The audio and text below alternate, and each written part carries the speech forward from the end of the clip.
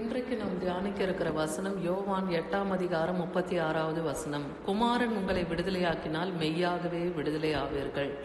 குமாரன் உங்களை விடுதலையாக்கினால், அதாவது இயேசு கிறிஸ்து நம்மை விடுதலையாக்கினால் நாம் மெய்யாகவே விடுதலை அடைகிறோம் என்று அர்த்தம். அப்போ குமாரன் விடுதலை ஆக்கணும்னா நம்ம என்ன செய்யணும்? 2 கொரிந்தியர் 3:17 சொல்லப்பட்டிருக்கிற வசனத்தின்படி கர்த்தரே ஆவியானவர், கர்த்தருடைய ஆவி எங்கேயோ அங்கே விடுதலை உண்டு.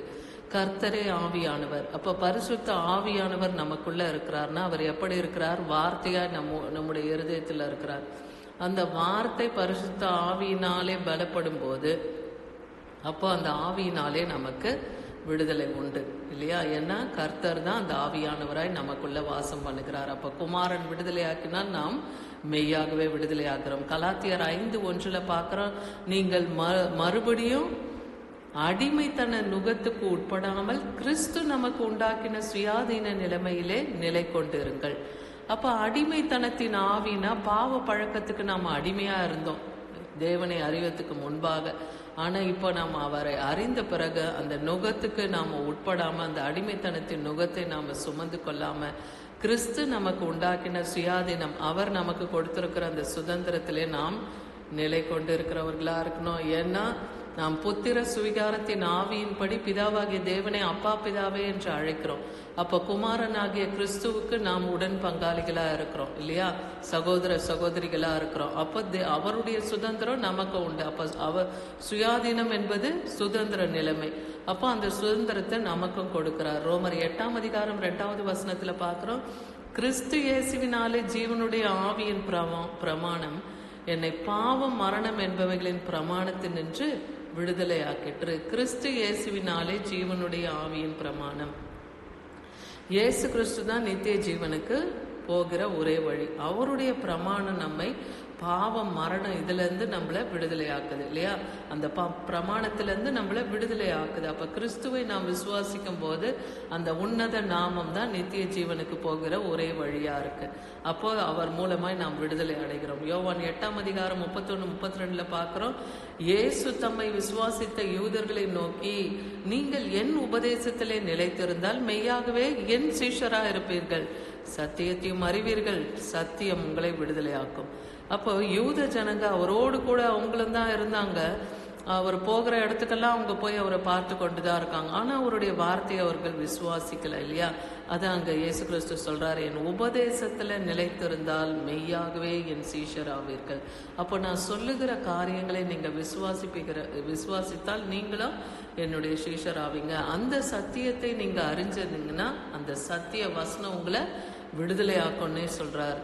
லூக்கா 4:18 பார்க்கிறோம், கர்த்தருடைய ஆவி என் மேல் இருக்கிறார் தரித்திரத்துக்கு. அப்ப பரிசுத்த ஆவியானவர் நமக்குள்ள இருக்கும் போது நாம என்ன செய்யணும்? தரித்திரத்துக்கு சுவிசேஷத்தை பிரசங்கிக்கும்படியும் என்னை அபிஷேகம் பண்ணினார், இருதயம் நறுங்குண்டவர்களை குணமாக்கும், சிறைப்பட்டவர்களை விடுதலையும், குருடர் பார்வையடையும் பிரசித்தப்படுத்தவும், நொறுங்குண்டவர்களை விடுதலையாக்கும்.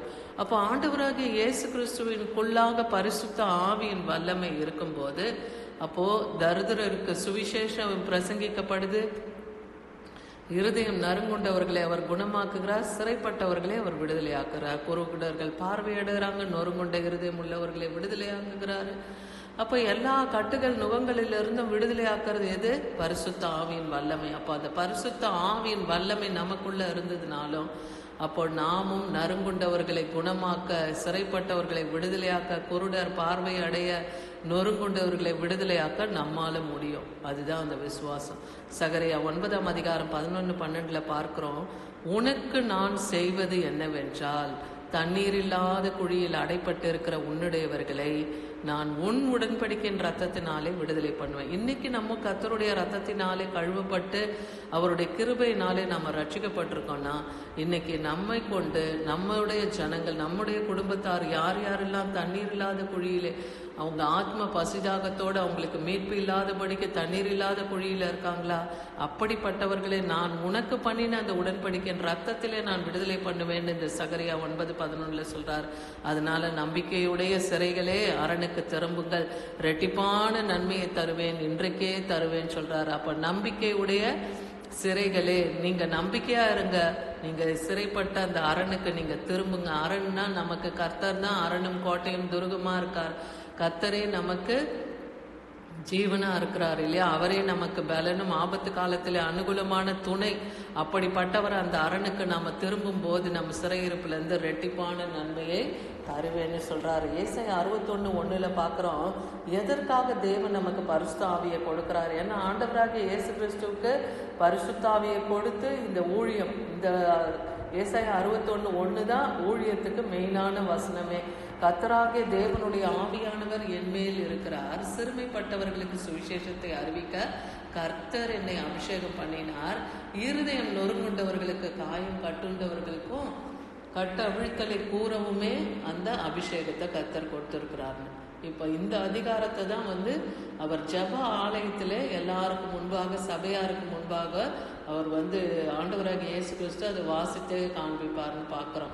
அப்போ பரிசுத்த ஆவியின் வல்லமை நமக்கு எதுக்கு கொடுக்கப்பட்டிருக்கு?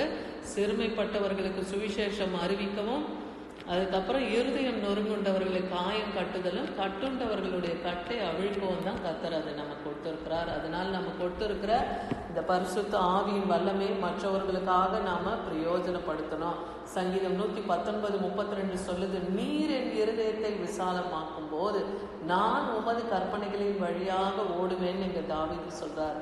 அப்போ நம் இருதயத்தை விசாலமாக்கும், ஒரு குறுகின எல்லைக்குள்ளாகவே நாம யோசிக்காம கர்த்தர் நம் இருதயத்தை விசாலமாக்கும் போது, அவருடைய கற்பனைகள் வழிகள் என்ன சொல்லுதோ அதன்படி நம்ம நடக்க ஆரம்பிக்கும் போது கர்த்தர் அந்த விசாலத்தை உண்டாக்குவார். சங்கீதம் 19:13 சொல்லுது, துணிகரமான பாவங்களுக்கு உமது அடியேனே விலக்கி காரும். துணிகரமான பாவம் செய்யாதபடிக்கு தேவனிடத்துல நம்ம ஒப்பு கொடுத்து நம்ம இருதயத்தை ஒப்பு கொடுக்கும் போது அவர் அவைகள்ல இருந்து நம்ம காப்பார் இல்லையா? அவைகள் என்னை ஆண்டு கொள்ள ஒட்டாதிரோன்னு இங்க தாவீது சொல்றார். அப்பொழுது நான் உத்தமனாகி பெரும் பாதகத்துக்கு நீங்களாயிருப்பேன். அப்போ பாவத்துக்கு விலகணும் நாம இல்லையா? தீமைக்கு விலகி ஓடணும். அந்த தீமையை கண்டு நாம என்ன பண்ணிடணும்? அதை விட்டு விலகணும். நன்மையை மேய்ந்து கொள்ளுங்கன்றார் இல்லையா? தீமையை விட்டு விலகி நன்மை என்னதென்று அதை தான் நம்ம மேய்ந்து கொள்ளணும். அப்போ கர்த்தர் தான் அந்த நன்மையான ஈவு நமக்கு தருகிறார். அவருடைய வார்த்தை தான் அந்த ஈவு. அப்போ இன்னைக்கு குமாரனை நாம் விசுவாசிக்கும் போது நாம் மெய்யாகவே விடுதலை ஆகிறோம். அப்போ இயேசு கிறிஸ்து என்னும் அந்த உன்னத நாமத்துல நமக்கு விடுதலையும் மீட்பும் நமக்கு உண்டு. அதை நாம் விசுவாசிப்போம். இந்த வசனத்தை நாம் அறிக்கையிட்டு ஜெபிப்போம். குமாரன் உங்களை விடுதலையாக்கினால் மெய்யாகவே விடுதலை ஆவீர்கள்.